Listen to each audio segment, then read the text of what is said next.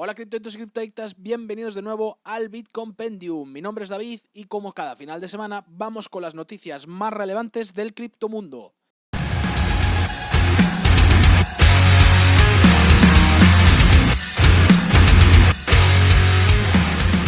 Pero si esta es tu primera vez en el canal, dale al like, suscríbete y actívate todas las notificaciones en la campanita que te sale. Like, subscribe y todas en la campanita. ¿Por qué?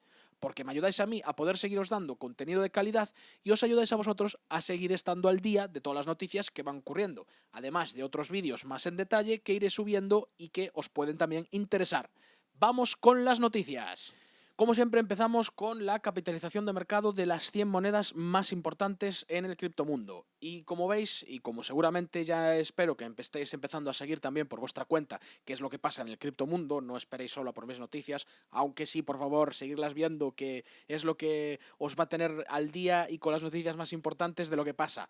Pero lo que os digo es que hemos tenido una semanita bastante movida en cuanto a precios, sobre todo hacia el norte, que eso está muy bien, aunque es verdad que estamos corrigiendo un poco y de momento es corrigiendo, ¿eh? No pensemos que hemos siempre hacer zoom out, os lo diré ahora, pero vamos con la capitalización. Y como veis, pues tenemos auténticas burradas aún, como es el caso de XRP, que lleva un 76% de subida en esta semana, y hay auténticas burradas aún más.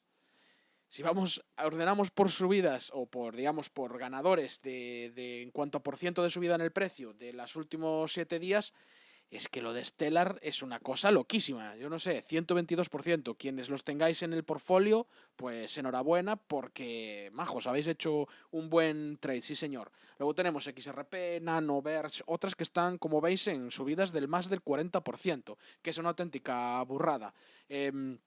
Algunos diréis, oye, pero que no, a mí háblame de Bitcoin, que el resto son shitcoins y no queremos saber nada de esto. Yo ahí soy, digamos, un poco...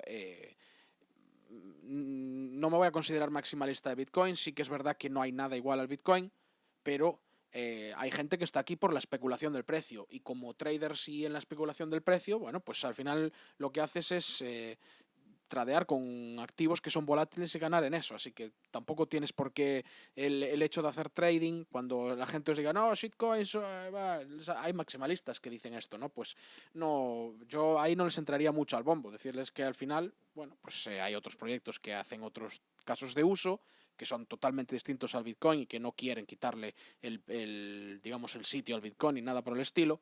Y luego tienes, pues eso, monedas que igual simplemente ves que pueden hacer un pump bueno, que te pueden dar un número verde a tu portfolio y las tradeas y ya está. O sea, tampoco es que te tengas que casar con ellas, ¿no? Como piensan algunos. Pero quitando esto de lado, vamos ahora con los perdedores de esta semana, que en realidad no hay muchos. Como digo, de momento estamos corrigiendo un gran... pues es una gran vela alcista que hemos tenido, o velas alcistas que hemos tenido esta semana, y es normal que corrijan, porque como sabéis, los precios no llegan en línea recta hacia su destino, quiero decir, tienen que ir haciendo impulsos, retrocesos, impulsos, que es como se mueve el mercado. Y hablando de impulsos, retrocesos, impulsos, vamos a ver el impulso retroceso que está haciendo el Bitcoin. Y estamos viendo ahora mismo el gráfico diario. Y como veis, llevamos una semana que vela verde, vela verde, vela verde. Aquí un poquito, vela verde, pero bueno, brutal, ¿no? Llevamos unas semanas que les tenemos que estar dando las gracias al señor Bitcoin desde el fondo de nuestras bolsas, porque nos está haciendo que pampee todo.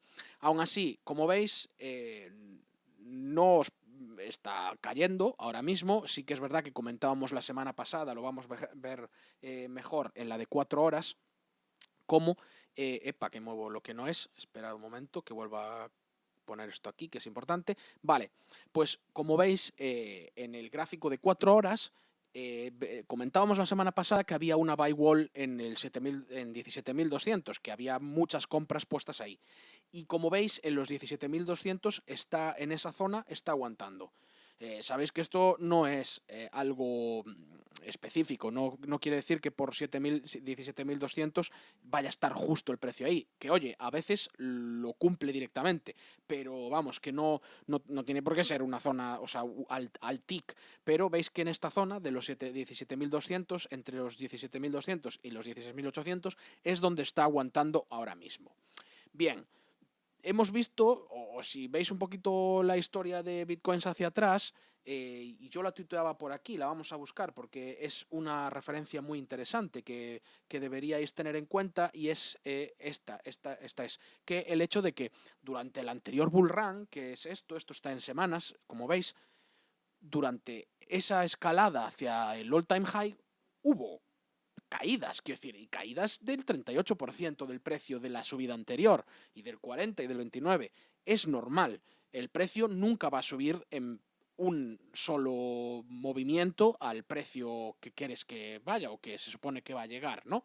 Entonces, esto no es preocupante. Sería preocupante si rompiera ciertos niveles hacia abajo, como pueden ser la media semana, de 21 semanas, puede ser otro tipo de indicadores que ya tendrías que empezar a preocuparte un poco más.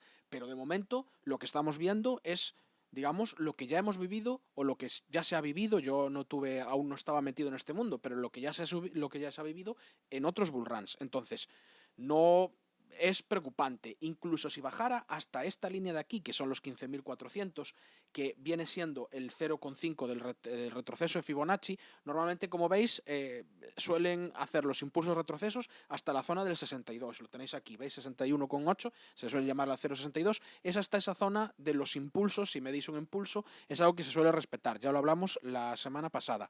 Pero, bueno, no sería muy descabellado que viniera hasta los 15.000. ¿Por qué? Porque ha sido una subida muy grande, y en subidas tan proporcionales, al final los retrocesos tienen que ser proporcionales también, tanto en tiempo y en precio, o en uno de los dos. Entonces, bueno, esto se podría observar aquí otra cosa, que es, digamos, las ondas de Elliott, que es otro chartismo que se estudia mucho, ¿no? Y que viene a decirte que, bueno, los impulsos se generan en partes, ¿no? Digamos, en trozos, en varias ondas, por eso son ondas de Elliott, y cuando corrigen en A y B y C. Es decir, si buscamos por aquí para que lo veáis, ondas de Elliott, veréis que las ondas de Elliott lo que te dicen es que un impulso se genera en 5 ondas y luego corrige en otras 3. Entonces, puede ser que es lo que estamos viendo aquí. Hemos visto las 5 ondas, que las puedes marcar 1, 2, 3, 4, 5, y luego puedes que estés viendo la corrección en A, en B, y puede ser que venga un C que se venga hasta aquí. Bueno, esa es una de las posibilidades. La otra posibilidad es que aguante aquí en tiempo, así unas cuantas semanas, y luego vuelva a seguir subiendo. Está claro que con todos los fundamentales que hay ahora mismo y con todo el hype, yo ya me atrevo a decir, hasta ahora no lo había dicho, que estamos en el siguiente bull run. Entonces, bueno, ahora mismo es muy arriesgado apostar en el sentido contrario de la tendencia. Como dicen en inglés, the trend is your friend. O sea, la tendencia es tu amiga. Pero vamos con noticias para un poco reforzar estos fundamentales, o esto que nosotros pensamos que va a pasar, con un poco de datos objetivos, ¿no? Y entonces, uno de ellos, ya veis que es que Bitcoin está ahora, o sea, solo hubo un día que estuvo más alto de lo que ha estado, y es básicamente el bull run del 2017. No llegamos por un puto pelo, como se suele decir, pero ahí lo tenéis, ya lo ha tocado, ha olido sangre, ¿no? Como se suele decir, y esperemos que en el siguiente impulso consigamos romperlo. Entonces, siguiente noticia.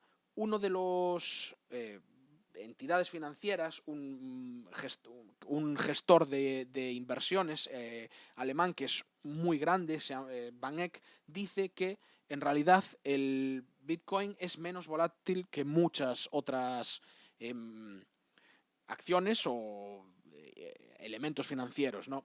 Y esto lo viene a decir que es básicamente porque, en realidad, si ves el precio en el year to date, ¿no? En el año, el SP en realidad se movió en un 29% desde la caída del coronavirus y tal, y en realidad Bitcoin lo hizo en un 22%, o sea que es bastante menos de lo que lo hizo el SP, así que podrías decir que en realidad el Bitcoin es menos volátil que el SP. Pero esto ya os lo comenté varias veces, la volatilidad del Bitcoin es algo que es inversamente proporcional a, digamos, la época de descubrimiento de precio que estamos viviendo. Esto, si lo queréis ver un poco más, os lo explico en mi libro, que tengo que hacer siempre la pullita de noticia, o sea, de anuncio de mi libro, porque aquí intento explicaros también un poco, daros razones para las críticas más normales, más habituales que le suelen hacer al Bitcoin. Pues que si es más volátil, que si no está respaldado por nada, este tipo de argumentos que son más habituales escuchar en la gente que no cree, o digamos, no es que no crea, es que no ha visto, no ha estudiado cómo funciona este protocolo, pues yo intento también un poco que entendáis que en realidad sí que hay maneras de... o sea, es decir, no son verdad, ¿no? Trato de desabajustarlas en este libro. Y una de ellas es el hecho de que el Bitcoin es demasiado volátil. El Bitcoin no es que sea demasiado volátil, es que está en una época de descubrimiento de precio. Nadie sabe cuánto vale el Bitcoin. Es decir, nació hace 10 años y está luchando contra el dinero, que es algo que lleva metido en la humanidad desde todos los tiempos y desde el 1900, no sé, pero desde o sea, el dinero como eh, es algo que tiene metido mucho la humanidad dentro de la cabeza y que tenemos el desgraciado hábito de pensar que lo que estamos utilizando por el mero hecho de que es lo que hay, es lo que está bien. Y no tiene por qué ser eso. Así que nadie sabe cuánto vale el Bitcoin y eso hace que mucha gente diga, oye, no, es que el Bitcoin no vale ni 2 euros, y otra gente diga, no, es que el Bitcoin vale muchísimo más aún. Y esa incongruencia entre todos los participantes que están entrando en el mercado es lo que hace que el Bitcoin tenga esa volatilidad. Pero conforme haya adopción y conforme se vaya metiendo más información de más participantes en el mercado, lo que se va a conseguir es que el Bitcoin empiece a ser algo más estable, que toda la información que se metió en el mercado consiga decidir cuál va a ser el precio del Bitcoin. Pero ahora mismo no estamos en esa situación porque, como ya os vengo comentando en otros sitios, aún somos los que estamos utilizando esto, que sepáis que somos el 2,5% de, digamos, los early adopters de la tecnología. Si lo mides en cómo se mide la adopción de una nueva tecnología disruptiva, que al final el Bitcoin no es solo eso, no es solo el dinero, o es también una tecnología. La blockchain nace de Bitcoin y es una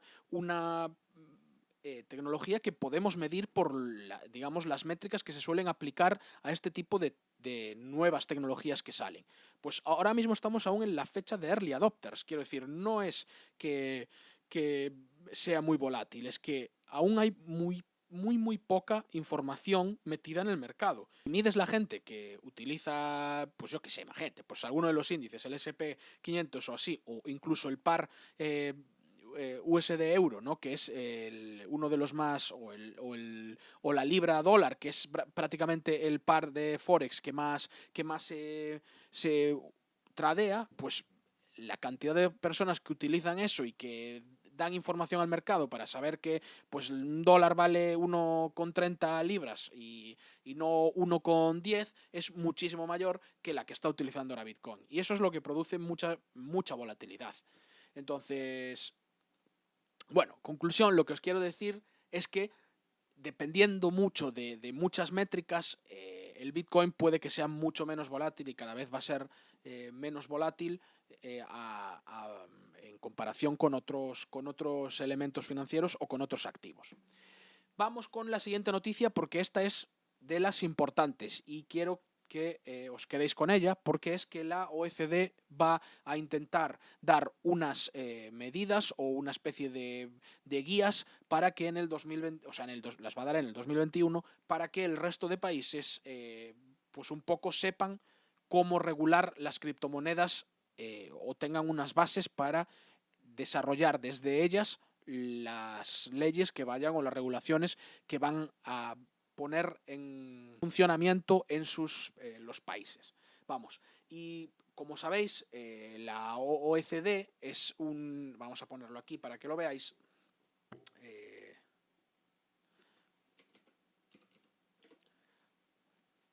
es la Organización para la Cooperación y el Desarrollo Económico. Es una entidad que, bueno, pues se suele dedicar, quiero decir, intenta hacer este tipo de guías para que un poco sea ecualitario el uso de elementos económicos y financieros, que la igualdad de condiciones sea más o menos la misma en los países que están dentro de esta alianza.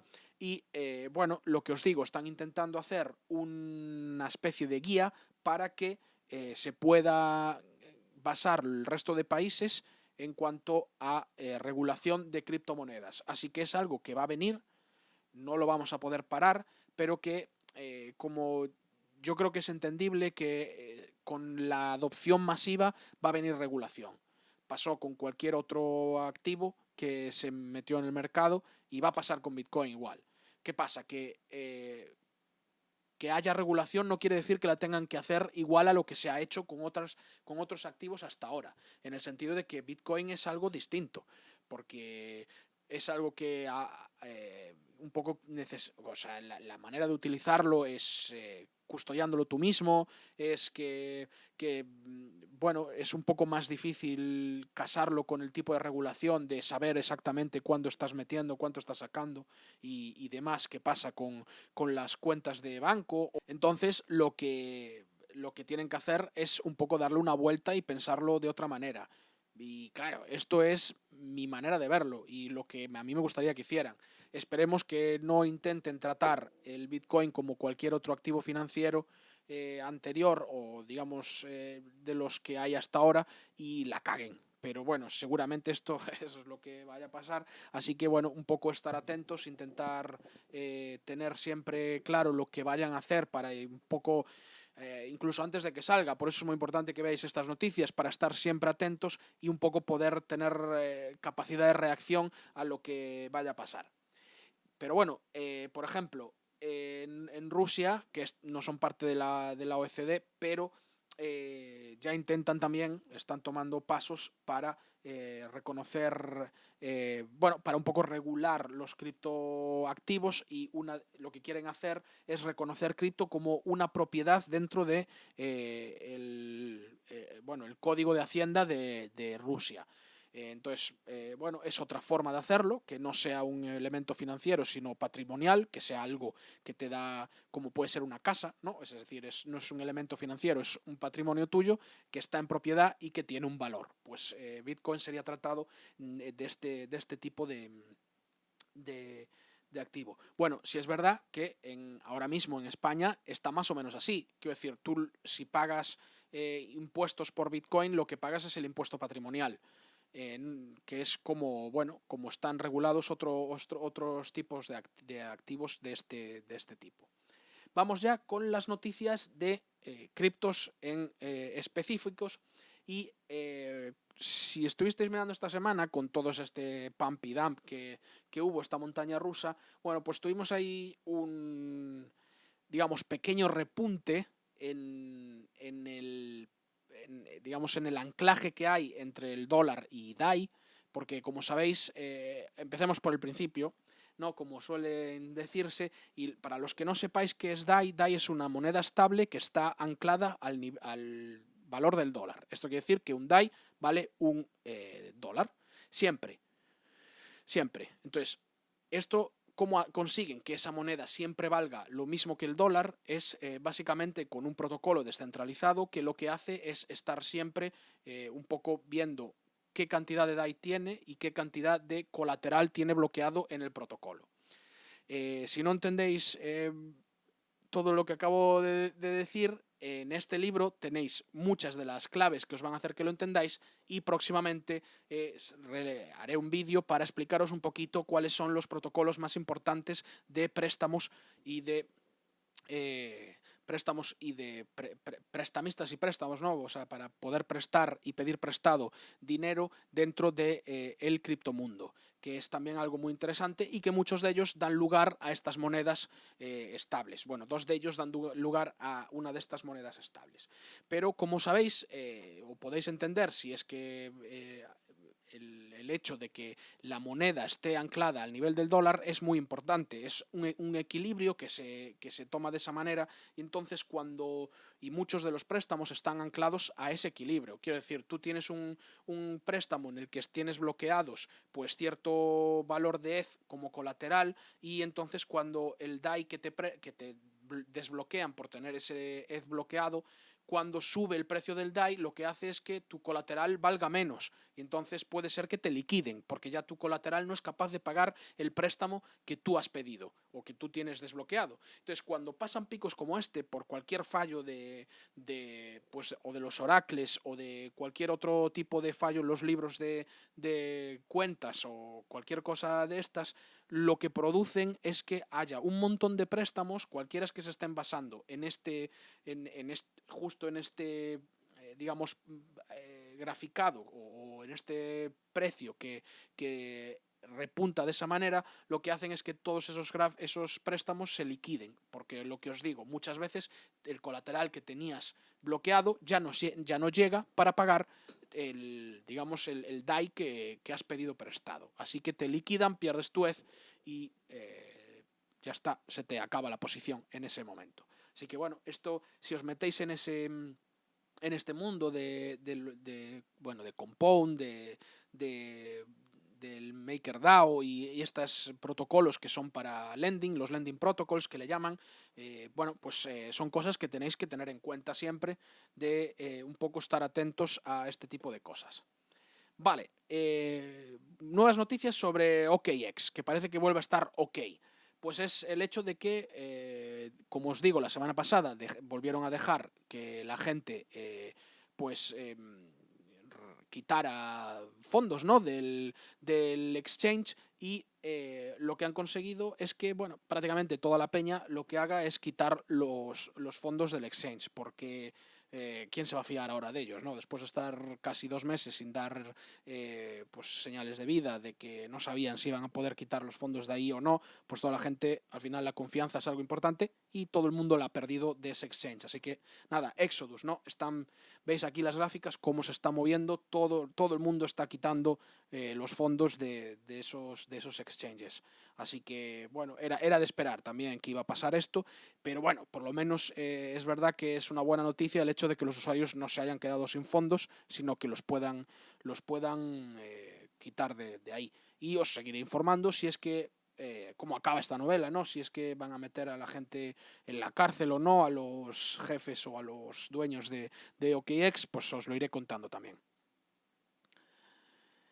Otra noticia, curiosidad, y ya vamos casi acabando, y es que, bueno, es un nuevo estudio, ¿no?, de un autor que un poco intentó investigar la vida de Satoshi Nakamoto, el creador de Bitcoin, que para los que no lo sepáis, el creador o creadores, porque no se sabe la identidad real de Satoshi Nakamoto. Satoshi Nakamoto era un nickname que utilizaba en un foro, no se sabe si era una persona, varias, una entidad, no se sabe, ¿no? Y para mí está muy bien que no se sepa, porque fijaos que una de las fortalezas de Bitcoin es el hecho de que no hay cabeza de turco. Si se supiera quién es Bitcoin, pasaría como le pasa a Mark Zuckerberg con su Libra, ¿no?, que intenta sacar una criptomoneda y le va encima al gobierno porque sabe que él es la cabeza de esa organización y sabe que él puede parar eso.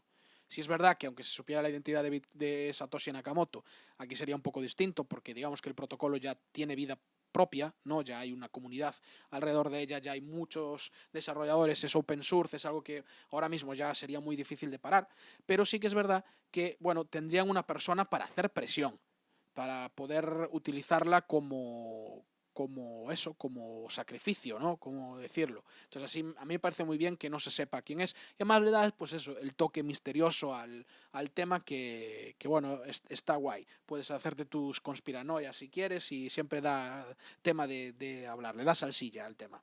Pero bueno, lo que os venía diciendo es que un nuevo autor que está intentando investigar un poco, periodista más bien, que está intentando investigar quién era Satoshi Nakamoto, pues bueno, apunta con los datos que tiene a que probablemente podría ser un londinense.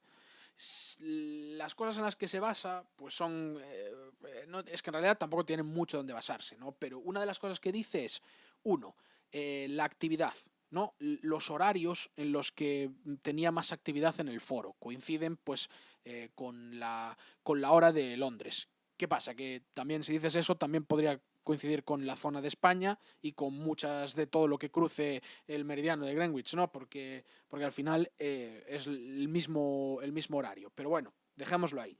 Que eso, que coincide con esa zona. Otra que, como sabéis, la frase del bloque génesis de Bitcoin fue esta que tenéis aquí: Chancellor on brink of second bailout for banks, que fue un titular que se escribió en el periódico The Times, pero en la versión escrita, no en la versión online. Así que bueno, es otro de los datos. Este pues ya tiene un poco más de sentido, ¿no?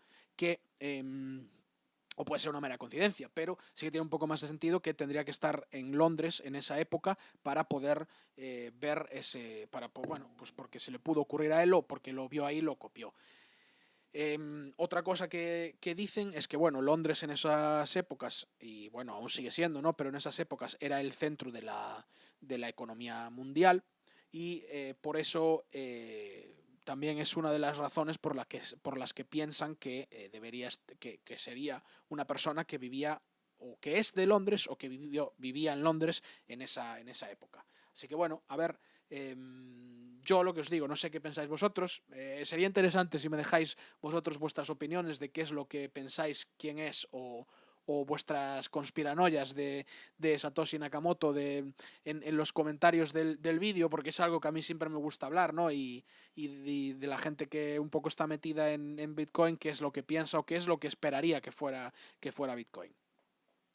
Vale, vamos con las dos últimas noticias. Y la primera es que Filecoin, que es el protocolo que se dedica, bueno, o que quiere un poco revolucionar el almacenamiento descentralizado en la cadena de bloques, pues ya llegó a 1.000 millones de gigas que están almacenados en su protocolo, lo cual es una cantidad enorme y que, bueno, probablemente Google también tenga, o algunas entes tengan así tanta energía, perdón, no, tantos datos ahí almacenados, pero bueno, joder, es un hito que es digno de mencionar, porque es que al final no tiene, esto prácticamente no tiene ni 2 años seguramente, y no sé, en realidad no sé cuándo salió Filecoin, pero bueno, es muy joven y llegar a esta cantidad de datos almacenados de una manera, pues eso, auditable, descentralizada y tal, me parece que es muy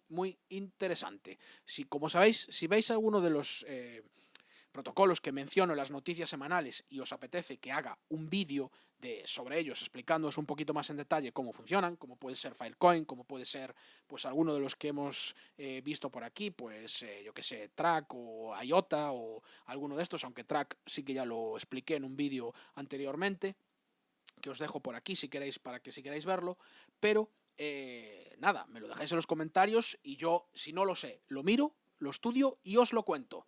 Y vamos con la última noticia, que fue una noticia bastante buena de esta semana, y es que, bueno, pues se confirma que el lanzamiento de Ethereum va a ser el 1 de diciembre, es decir, en la próxima semana. Y porque al final consiguieron bloquear los 500.000 ETH que tenían que bloquear para que el protocolo de Proof of Stake tuviera la robustez suficiente como para que se pudiera utilizar. 500.000 ETH es un pastizal. Yo no sé ahora mismo exactamente cuánto está el ETH. Lo vamos a ver aquí. 510. Bueno, pues multiplicar 500.000 por 500 te sale una auténtica burrada de pasta. Y nada, empecemos que... Esperemos que salga todo bien. Sí que es verdad que a ver cómo afecta esto al precio, porque daros cuenta que cuando juntáis, o sea, el contrato que un poco transforma el ETH versión 1 al ETH versión 2 te permite ir hacia versión 2, pero luego no puedes volver a versión 1 ese ETH. Así que si te arrepientes de haber hecho staking en ETH 2, te jodiste, como se suele decir. Así que eso quita 500.000 ETH del mercado y veremos cómo le afecta al precio también, juntándose con todo este bull run y demás. Pero bueno, como siempre os mantendré informados. Esto ha sido las noticias de esta semana. Espero que hayáis escuchado algo nuevo, que hayáis aprendido algo nuevo, que si queréis aprender algo nuevo que hayamos mencionado, me lo dejéis en los comentarios y nos vemos en los siguientes vídeos.